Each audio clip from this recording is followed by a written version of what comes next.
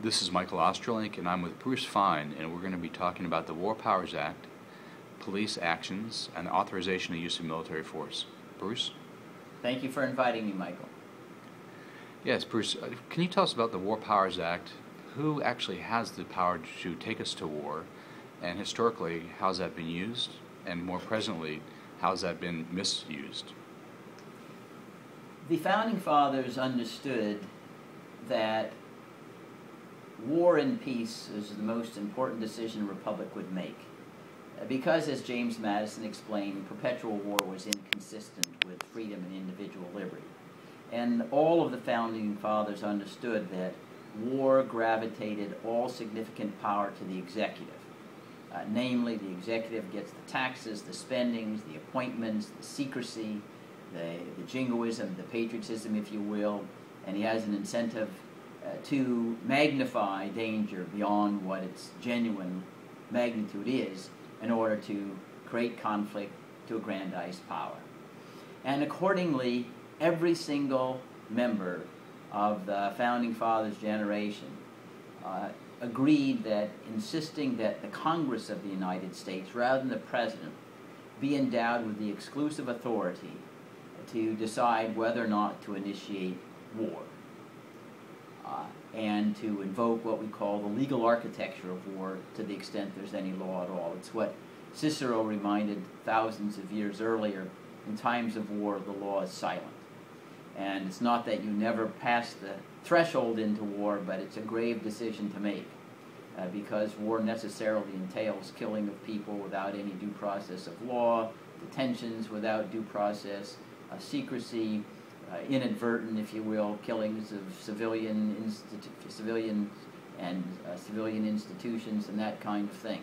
So it's a very, very grave step, as well as damaging, I think, the democratic dispensation, because the power all is removed from the legislative and judicial branches and devolves on the executive.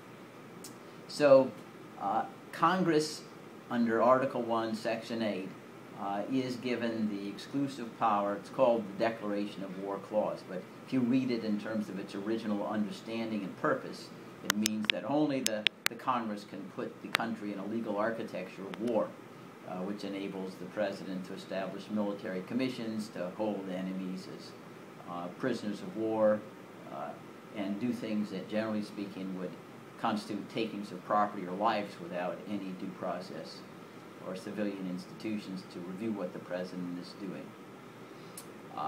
And the United States, for probably 75 years, very much honored that initial tradition.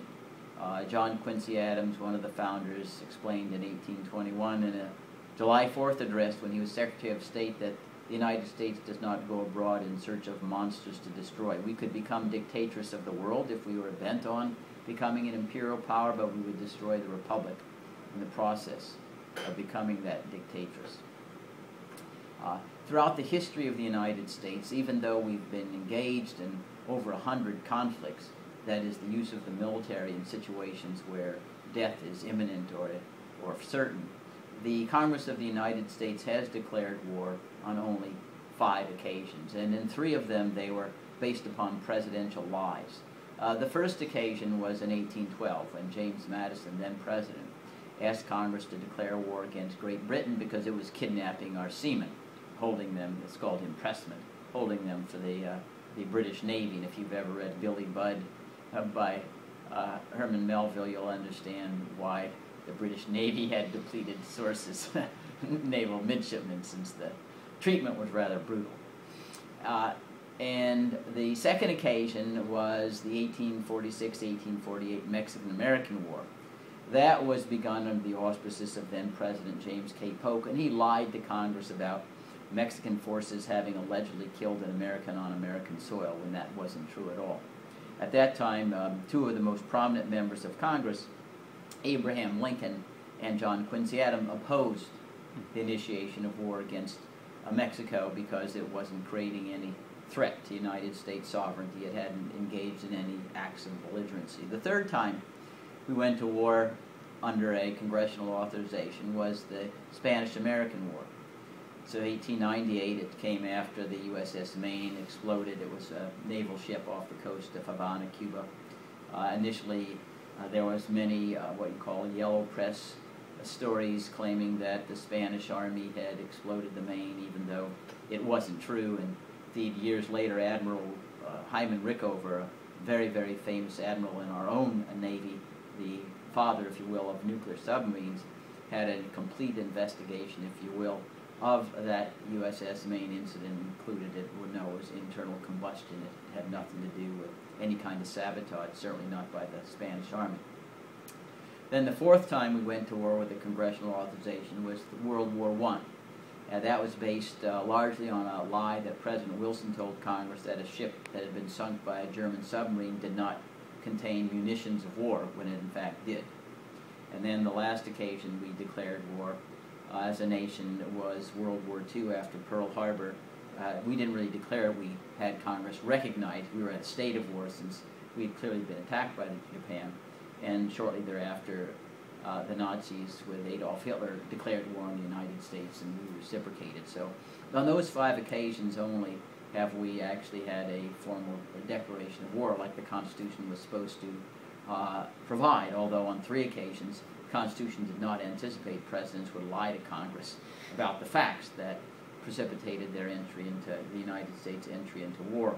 But there have been, in addition to those 5 what you call declared wars, literally hundreds of other clashes involving the United States military and foreign countries. We sent our military into Nicaragua, we sent the military into the Dominican Republic, we sent the military into El Salvador, we sent the military in Pancho Villa into Mexico, all sorts of other occasions when the United States has used the military.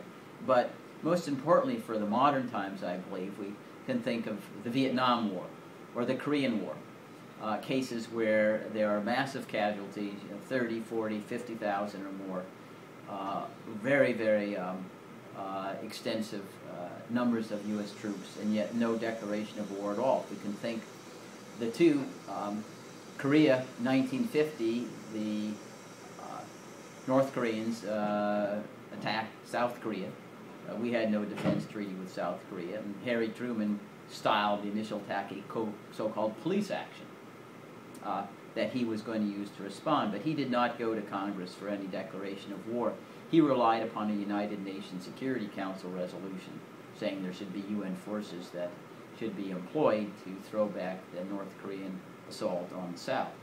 Even though when the United States became a member of the United Nations and the United Nations Charter was ratified by the U.S. Senate, Harry Truman told the Senate, "Don't worry, we'll never use U.S. troops in war unless I come and get congressional authorization," which he then honored in the breach rather than the observance. And then there was a second similar situation in Vietnam, where Lyndon Johnson, the president, lied about an alleged North Vietnamese torpedo attack on a U.S. Navy ship. He lied about concealing U.S. Use of intelligence agents to occupy and penetrate part of the North, and insisted that this attack was unprovoked, and therefore he went to Congress and received what was called the Gulf of Tonkin Resolution. Almost unanimously, there were 2 dissenting votes in the Senate.